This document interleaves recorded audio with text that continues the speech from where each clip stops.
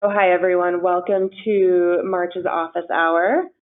This is Julia Shire. I'm a coordinator on the Vermont MTSS team, and I have my colleague Nancy Helen with me.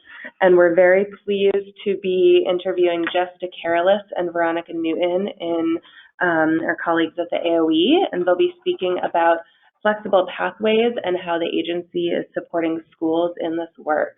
So Jess and Veronica, would you like to introduce yourselves? Sure, I'm Jessica Carolus. I'm Division Director of the Student Pathways Division.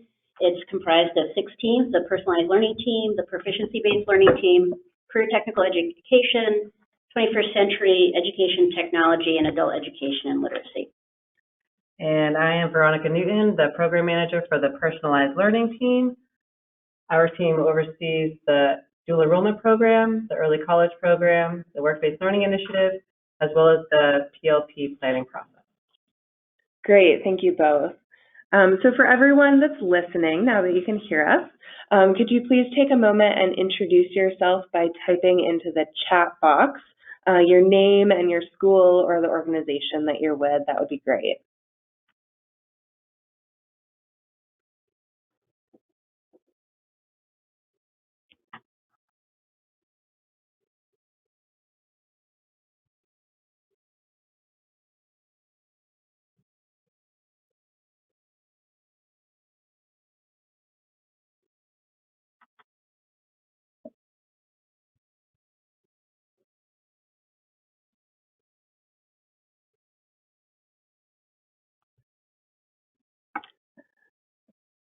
So it looks like we have a few folks from the AOE joining us and a few folks from different schools. If you want to introduce yourself, feel free to do so in the chat box with your name and your school or your organization. And as you do that, we will keep going to the next slide.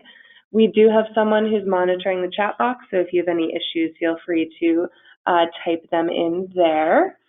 We will also have a question and answer at the end, but feel free to include any questions as they come up.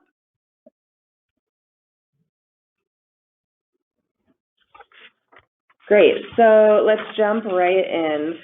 Jess and Veronica, can you tell us what exactly flexible pathways means and why are they important?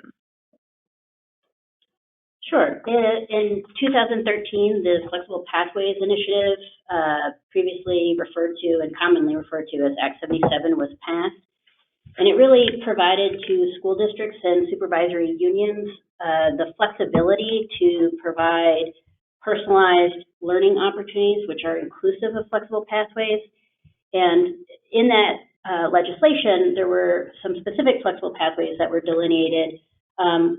Ones that I think are fairly commonly known are dual enrollment in early college, career technical education, the high school completion program, but it's also inclusive of, and referring back to the flexibility of districts, locally designed flexible pathways.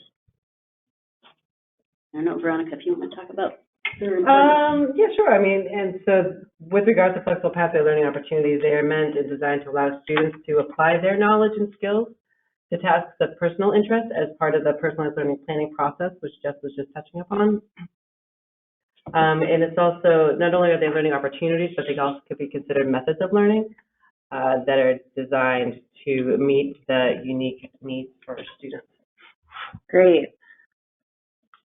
And so going along with that, with Act 77, can you tell us a little bit about what's been happening in the state the last few years regarding flexible pathways?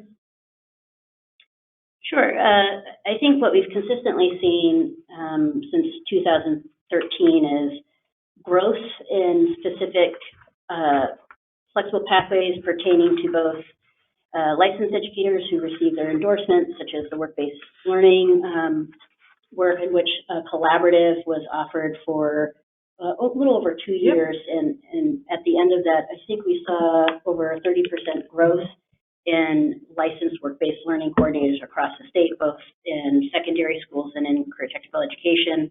Every year, we overspend actually the appropriations for dual enrollment in early college. Those are entitlements, and we see increasing participation.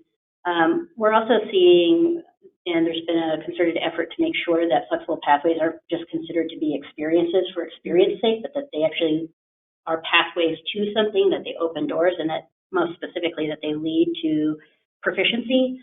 And I think we've also been able to provide some funding opportunities that are new by being somewhat creative with some of our existing funds to pilot some programs both for online and virtual learning, in which we can start to tackle some of the access issues, as well as a pilot this year to increase significantly by $60,000 the stipends that are available to students who participate in dual enrollment early college. Great.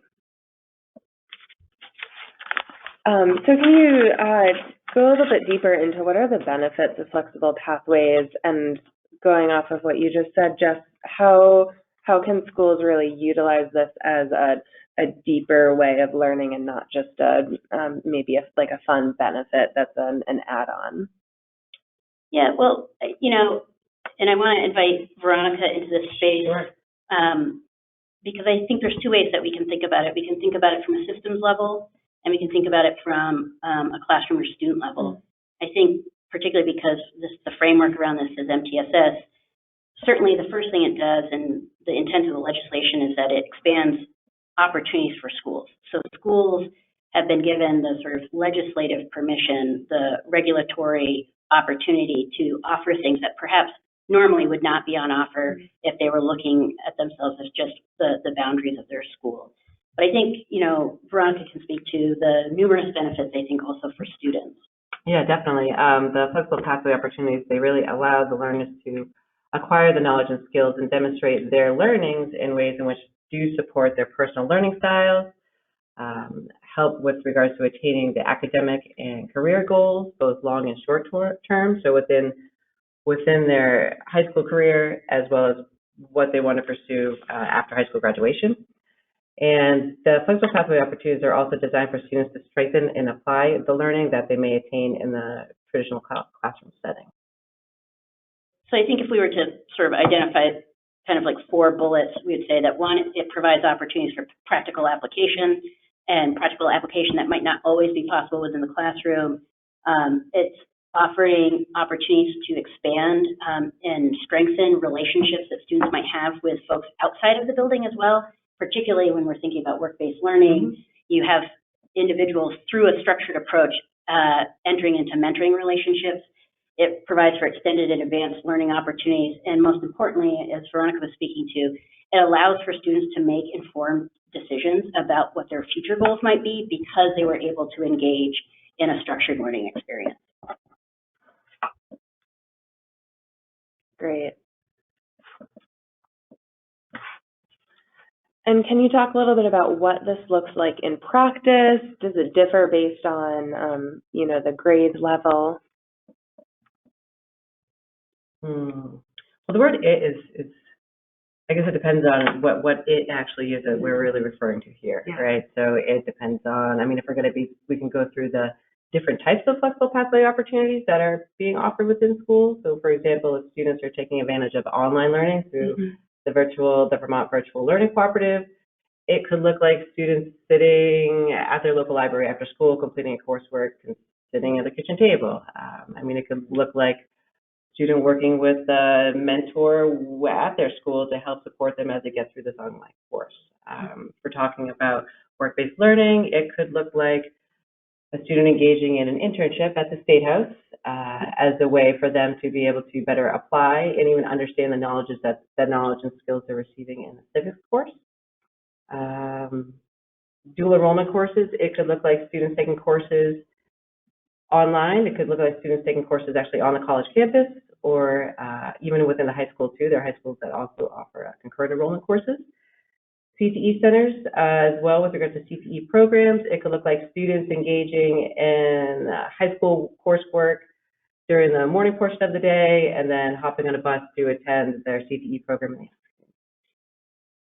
But I think keeping it as a question is probably a good strategy for educators to ask themselves. So, you know, what folks might want to ask themselves when they're saying, what does it look like in practice, is, does it look like the real world, right? Does it look like students are actual equal partners in decision makers as it pertains to the direction of their learning? does it look like educators are thinking creatively about how they can engage and extend learning as individual students make a pathway to proficiency?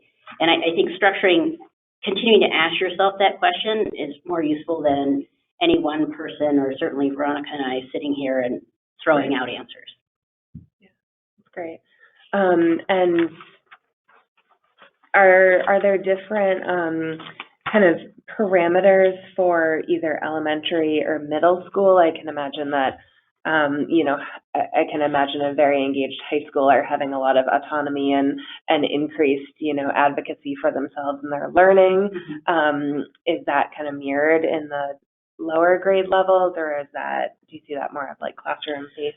Yeah, well, I think it's difficult to have one answer. I would say that the statute is pretty clear that the mandate is for beginning in grade 7 and up. So it was geared to secondary students, and I suspect that part of that consideration was around what's developmentally appropriate.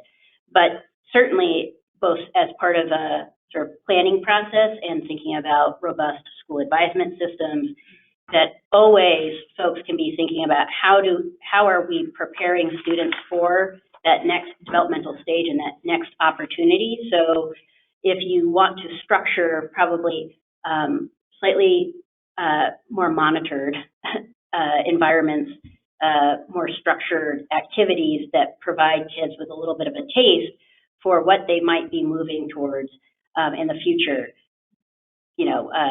that's certainly a possibility. It's just not necessarily a requirement. Yeah. That's great. So now we're going to take a moment to pause and ask the audience a question. Does anyone want to add anything on or speak about what this looks like in your school? If you wanted to put something in the chat box, but also please raise your hand if you have that function. Our chat box is being a little funky, so we want to make sure that we see if someone has something to say.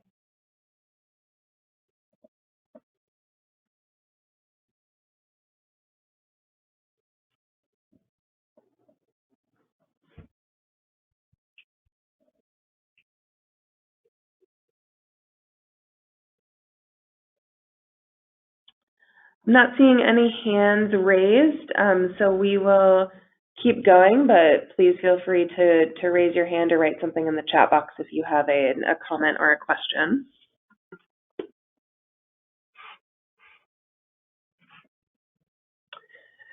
Great, so moving on to the Flexible Pathways Toolkit. Can you talk about what exactly is this toolkit and what was the genesis of this technical guidance? Sure. So the toolkit is actually a set of stackable resources that the agency developed over about a year and a half. The genesis behind it was actually a set of questions that kept surfacing from the field, from parents, from students, from educators, and also 2 years of the personalized learning team engaging in a listening tour, where going out to different districts and sitting down and talking with multi-stakeholder teams to just get a sense of where we were at in the implementation of 77. And we sort of pulled all that together into what we were calling case studies and inequities. So finding that some of the same problems kept surfacing, and that we were finding trends in which there was not parity in student participation across flexible pathways and across student groups. So in a sort of challenge to figure out how could we develop a piece of technical guidance that was not so tight that it became or was perceived as regulatory, and also diminished the sort of local control of any particular SU or SD, but also not so loose that it was useless. We convened both an internal group of stakeholders at the agency from across different teams, and essentially set out a set of questions, inquiries. We engaged in sort of a hybrid design learning participatory action research approach, in which we worked through a set of problems to get at sort of 4 essential questions that we wanted to ensure that everybody was thinking about when they were thinking about flexible pathways. Are they effective? Are they compliant? Are they equitable? Are they safe?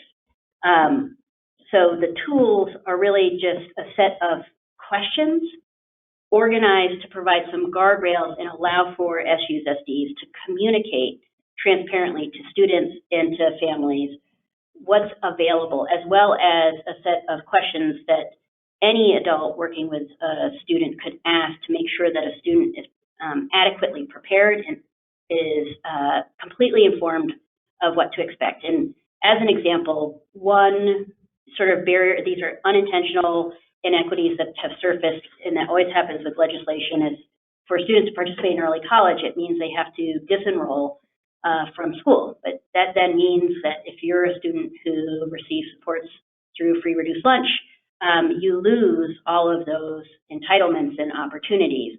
So we're putting kids in positions in which they had to make a decision whether they might get a predictable meal versus whether they were going to extend or engage in advanced opportunities. And we know that there's no one answer because we're in a local control state, but that we wanted to make sure that at least districts were asking themselves the question and then getting themselves into a position in which they could do a gap analysis and identify what the next steps would be to get to yes, so that students could engage equitably in opportunities.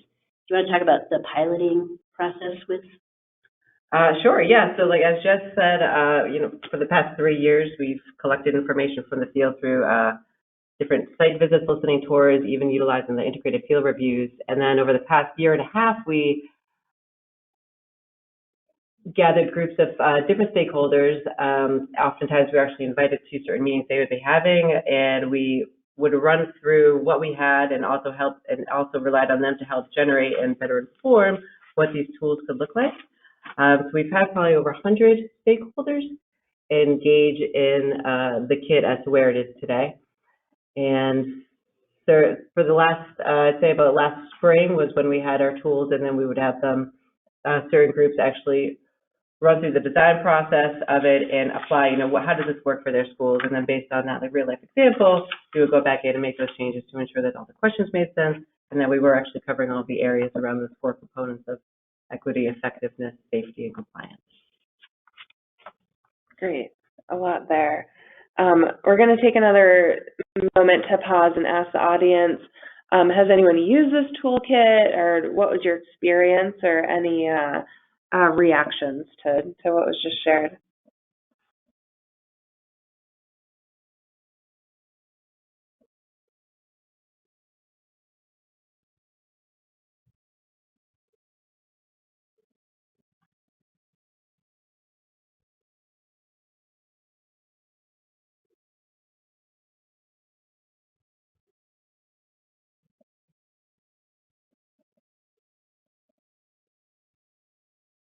All right, so we're not seeing any hands or chat, so we will move on.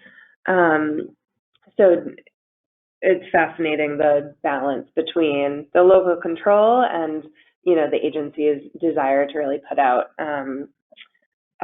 useful tools that are specific enough that folks can kind of run with, but still allowing that control. Can you speak about how schools and districts can really utilize this toolkit? Sure, and this kind of just stems off of what we just responded to around the genesis of the kit in and of itself. But districts and schools should definitely be using these tools to make informed decisions about the types of flexible pathway opportunities and programs they are offering within their schools and within their districts, as well as, like was mentioned too, what is missing and what needs to be improved upon, and how can we ensure that, in fact, that these opportunities are accessible in itself to all students, and what supports are needed to be in place to ensure that students can have a successful opportunity. And I don't think either one of us, and I know that there's not, I don't think there's a link, but there's 5 components to the toolkit. So there's a flexible pathways profile tool, and there's a facilitation guide for that. There's a student tool and a facilitation for that. And then there's also the evidence base behind the flexible pathways that Vermont has at least delineated within the legislation. So, you know, not only can schools use the profile tool of the pathway as a communication tool, something that could even then live on their website, live in a handbook so that everyone knows not only what are the flexible pathways that are offered, but, you know, what do you have to do in order to engage in them. But that evidence base is pretty useful for school districts and schools who are looking to make investment requests that are in alignment with the Every Student Succeed Act and can be incorporated into their continuous improvement plans. Great. So how does the Vermont MTSS framework help support this work? So Veronica and I were discussing this, and I think there's probably a lot that could be said here, but I think the two connections that we probably want to highlight would be both the culture of continuous improvement. We know that systems are contending with a number of pressures, and we know that educators certainly are juggling a number of initiatives, but that this tool specifically really emphasizes improvement. So it's not a, you know, yes or no, black or white piece, but the importance of asking oneself the tough questions as opposed to avoiding them so that we can get to solutions, because if we don't talk about it, it doesn't get surfaced and it never gets resolved. And I think also this idea of decision-making for excellence and equity, you know, so thinking about what sort of surrounds and embodies and holds together the framework is that the four components that the set of questions that are in the toolkit asked are always driving towards effectiveness, equity, compliance, as in, you know, both legal and regulatory, and then safety, right? And students feeling safe can be any number of things and not just about physical safety. In addition to that, too, with regards to the Student Pathways Profile tool and considering maybe additional supports that a student might need, alternate ways that students can demonstrate their learning, and go through this participation tool, the two main headers there have to do with practicality of it and whether or not this opportunity in and of itself is advisable for the student. So we've designed a tool for the student to even run through by themselves in the first prior to even talking with their counselor or advisor or the program work-based learning coordinator or the flexible pathways coordinator, whomever is assigned to facilitate that experience. And then once that's happening and utilizing that personalized learning plan and their planning process, and once they have this understanding as to how does this align with their personal goals, their academic goals, meeting with the educator, meeting with that supervisor, meeting with that mentor to have a better understanding as to whether or not it is the right fit. And I think when you first start speaking about this, I'd immediately go to a lot of the logistics of, you know, organizing, and your comment about safety being more than just physical, I think is really important. Can you speak a little bit more toward what those other aspects of safety might look like, or I'm thinking about the kind of social emotional learning and supports that students might need if they're maybe doing something like an internship or, you know, an online course for the first time, and what supports are needed. Yes, so I think you've just named a couple that are fairly frequent that folks contend with, which is, you know, are we taking into consideration things such as, I'm going to be in an environment in which I might be fairly autonomous and might need some support in knowing what my personal boundaries are. And I think we're working actually on a set of examples, and I think the work-based learning ones will sort of really get at that. But I'd say that even just fundamentally, the thing that inspired us to continue this work and ask these tough questions is that students need to feel like they belong in an environment. And if you systematically see that there's only some students who get to participate in what has been suggested is available to everyone, I suspect that that doesn't make you feel safe, because you don't feel like you belong and you don't feel like you're seen and heard. And I think that the student tool is certainly a strategy to ensure that every student feels like there's at least one adult in the building who would know if they're not there, you know what I mean, that they could go to, and that they're a trusted adult.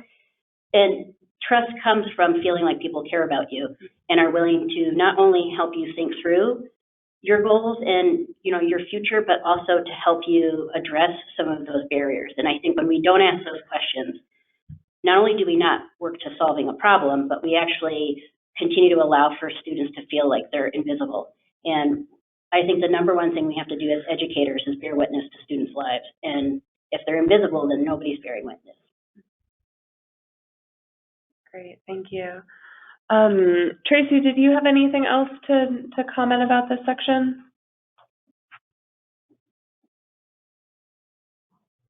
Okay, yes, please. So I agree with everything that I heard Jess and Veronica speak to. And I guess when I was preparing for today, I was also thinking just about how the framework is there, you know, it really focuses on that continuous improvement and the idea that it's there to unify this progressive system of supports, and flexible pathways and personalization as well as proficiencies are all a part of that broader system of supports. And it also makes me think of the image that we have in the field guide with layered supports, and the idea that some of the supports that a child needs to be successful may take place outside of the classroom, or maybe in a different setting than their general education classroom. And then what are the supports that go around that in order for them to be successful in those alternate settings? And so the other piece I think of too is effective collaboration. I mean, the strength behind looking at your system and how people both within and the extension of your school into the community, and how that can support a child, like the whole child. So their academics, their behavior, and their social emotional. So those are just a few areas where I see just such tight connections back to the framework and how they're really, they're one piece. You know, it's not like one is supporting the other, but they're really there at the service of helping children to be successful. Great, thank you. So you spoke a lot about the various barriers or inequities that can happen. I guess I'd like to change this question a little bit to, you know, what are you hearing from schools as kind of the most common barriers? And can you speak a little bit more in detail about if the toolkit is kind of offering some of those solutions, or really the prompts to make sure that you're asking the right questions to see those? Yeah, I would say it's the tool, the template is the latter. I think the exemplars that we're working on are the former. You know, and both Veronica and I would love to ask this question back to the audience, but, you know, in fairness, you asked it to us first, so we'll give it a shot. But, you know, it really does vary, because we have some pretty significantly different geographic regions in the state. But it can be, and I think a big one that we hear about is sort of the barrier of geography. So, you know, distance, and thinking about the amount of time that students would have to travel, whether there's actual transportation provided. Then if you're relying on broadband, is that consistent and reliable? If you're relying on technology, is that technology that's also even present in the home? You know, I think there's some other systemic pieces that also districts and supervisory unions are going to have to contend with, such as their schedules. We know that we see this with career technical education all the time, which is how are we getting students to CTE in such a way in which they're having a full day of instruction and can meet the graduation requirements of their home high school. We've got, you know, contracts, teacher contracts can play a role in whether teachers can have duties other than simply within a particular content area, and certainly with the proliferation of advisors such as flexible pathways coordinators and work-based learning coordinators, et cetera, they're often doing great facilitation and instruction, but it doesn't quite fit into the, classic mold of, this content, this licensure. I think another big one is assigning of proficiency. So again, if we want these experiences to be other than just like, here's this novel experience, you want to make sure that a student can be demonstrating proficiencies that have been outlined by their school district. I know that we've got several other, if you want to. Definitely, the contract barriers, as well as, where and how these flexible pathway opportunities fit within the proficiency-based graduation requirements, and, to what degree will these learning opportunities, indicate performance of these identified proficiencies, and having those conversations within the supervisory union and the school district are essential, and finding the time to actually have those conversations. That can be challenging at times. Declining enrollment also has been a topic or a barrier that we've heard from the field, and so trying to find ways around. So the student population is declining, but more students are interested in engaging in these dual enrollment opportunities, the career tech ed opportunities. How can we still ensure that these pathways are aligned to the flexible path, to the proficiency-based graduation requirements, to their academic standards? And so how can you also utilize those educators that are still within the classroom that may have those declining enrollments, but still ensuring that these opportunities are of substance beyond just the fun experience? Great. And is there anything else that you want to share about how the agency is supporting schools to do this, potentially difficult work that's maybe out of the norm for some schools, and maybe some schools have been doing this for a long time? So we have an upcoming session. I don't know if I'm getting a little bit too granular with this, but at the Online Blended Learning Conference, we have an upcoming session. We're going to be taking a deep dive around specific components of the Pathways Profile tool, and so having schools bring in or just being able to access what they have on their school websites, within their content areas, and focus on particular considerations to examine and dig up the evidence and develop those next steps to better support schools and getting to yes when it comes with regards to the profile. We've also we've engaged in a number of conferences, professional learning opportunities across the state, and then from there we've had follow-up sessions. We've been invited to supervisory unions and schools to actually run through this guide or run through the tool itself with regards to programs that they currently have in place. Yeah, so I would say that primarily what we appreciate is that you're letting us showcase the Flexible Pathways Implementation Kit. This is, there had been nothing in place in which there could be at least some consistency across the state in how people were approaching flexible pathways without necessarily having to, from a state level, define specifically how each flexible pathway must be implemented. And I think that evidence base is also a support to systems so that they can actually request investments that are in alignment with ESSA and the levels of evidence that are required. We had mentioned previously the Work-Based Learning Collaborative that was facilitated by the state for a couple years. We also have had longstanding the League of Innovative Schools, which the agency supports through its partnership through the New England Secondary Schools Consortium.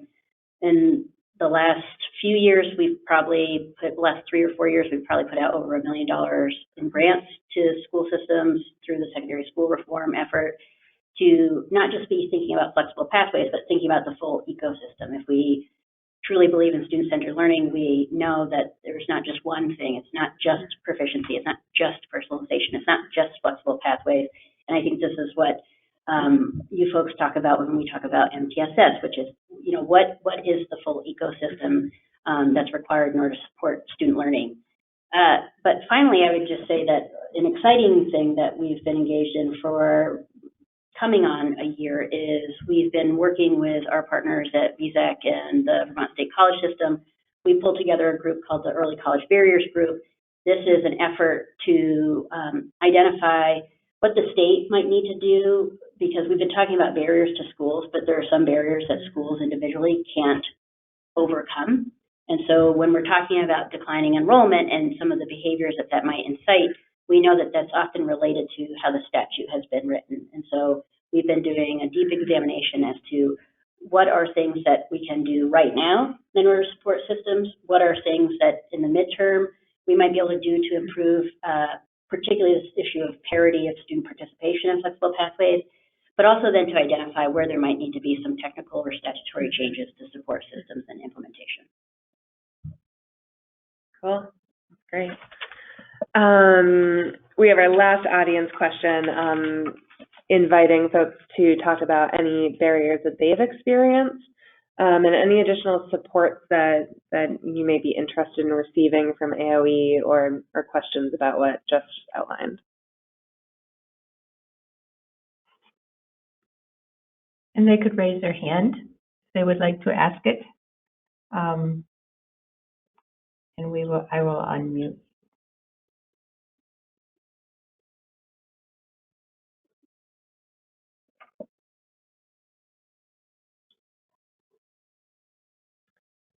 Well, I have a couple questions that came up. Folks that are listening, please feel free to raise your hand if you have a question that comes up as well. I'm wondering how this all feels quite innovative and really empowering to students.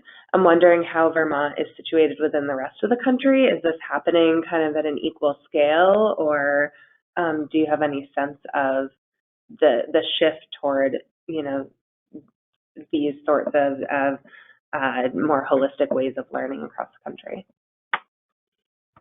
Well, with regards to the particular flexible pathways that are outlined within statute, I mean, career tech ed has been happening for 3 years. Dual enrollment courses, early college, although it might look different across, in different states, the programs, there definitely are similarities across. And as Jeff was mentioning too, with the Vermont Agency of Education Research Review, that lists the different flexible pathway opportunities and how it looks across the nation. So it's a compilation of different resources and different programs to support these opportunities and how they are perceived across the nation. But I'd say in the aggregate, if you look at the passage of 77, that's fairly unique. We know that while student-centered learning has been sort of scaled across the nation, I think INAQOL has, I don't know if they call themselves that anymore, but has that map and has been updated. I think Wyoming is maybe the only state that isn't engaging in any of these efforts. That we did this at a statewide level is unique. A lot of states have innovation zones, certain initiatives and grant programs, but to the degree that we have engaged in a statewide effort and have a statewide policy for this, that's fairly unusual. And you know, the fact that we've consistently invested in these efforts, even prior to the passage of Act 77, is fairly impressive. But with that comes the challenge, right? Which is, how do you have a statewide initiative in a local controlled state that is resourced differently, which was the unique challenge of trying to develop technical guidance that sort of walked that fine line of being of use without necessarily being so prescriptive that it created constraints on systems.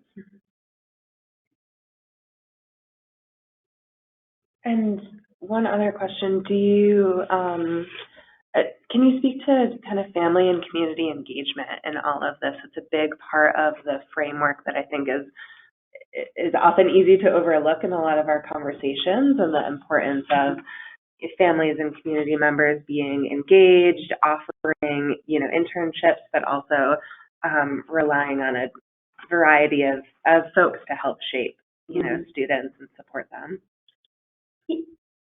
Yeah, I mean, I think it's interesting how we frame that, because also when we're talking to education stakeholders, they're also community members, and they're also often parents and siblings and children. And so when we're doing this, I think we always see that we're engaging with the community and family members, but when we're asking for partnerships, right? So, and Veronica can certainly do a deep dive about work-based learning, in which there's a heavy reliance both on employers and community members But, you know, the first thing that we're looking to do is make sure that the needs of students are surfaced. And one thing that often gets ignored is that home study students and families are big consumers of flexible pathways. And so even in our piloting and our sort of year-long engagement process, we had significant participation, particularly from like home study families and educators, particularly through our work with VTmtss, to make sure that every sort of perspective was included. We had also used our Equity Lens tool in the development of this tool to make sure that we were asking those questions and surfacing and thinking about all the particular customers of flexible pathways to make sure their needs are met. But I'd love to hear from Veronica, particularly around that employer stakeholder work. Sure. I see this also as a benefit to strengthen and improve family engagement and community partnerships. And this is even like K-12, right? So we're talking, earlier this is secondary, intended for secondary school completion, so it's designed, starting at grade 7. But even looking at those early, the work is starting career awareness opportunities. So you can bring in guest speakers into the classroom. So how can you expose young learners to what it is they want to do, just to get the idea around the goal setting, with a career focus and with the academic component. And so bringing in your community, inviting your community members into the classroom in and of itself, before even going beyond and setting up those potential internships or the future partnerships. And we've seen that. I mean, that has a lot to do with the parents, and that does also have to do with the community in and of itself and the organizations that are a part of that community that sometimes we just overlook, even by driving by. I never even knew that business existed. So being able to really utilize what is within your community is a benefit for the development of the flexible pathway opportunities.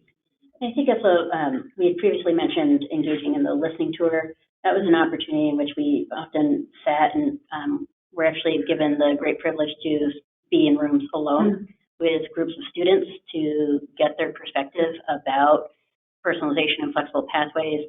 And, the IFR data that Veronica had mentioned, frequently that's where you're pulling from families and from students who are commenting on some of those indicators. And what we found was that even within one school, depending on who you were talking to, there was visibility or no visibility about what was on offer or how to access flexible pathways.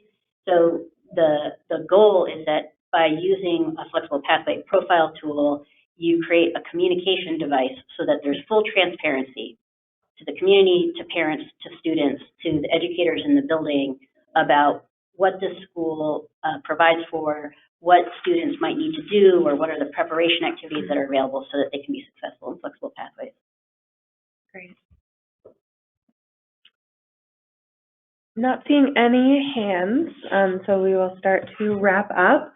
As always, we remind folks of the Vermont MTSS resources that are available. Monthly office hours like this one happen on the first Wednesday of the month at 3 o'clock, and the recording will be posted on our webpage with closed captioning within about 2 weeks. Feel free to explore past webinars online. There's a few now from the last few months. We also have a technical assistance request form. It's a short form that you can fill out online if you'd like to request a variety of supports from our team. There's also the early learning and the secondary MTSS networked improvement communities next that our team is serving in different purposes, and we invite you to reach out if you'd like to learn more about those. And then just in general communications, feel free to check out our webpage, sign up for our MTSS listserv, and keep an eye out on the weekly field memo and then social media for any updates. And we also really invite you to explore the Flexible Pathways webpage. There's, as you've heard, a whole array of tools and resources. Please do reach out if you're having any trouble finding any of those. We'll take a second to ask if there's any remaining questions.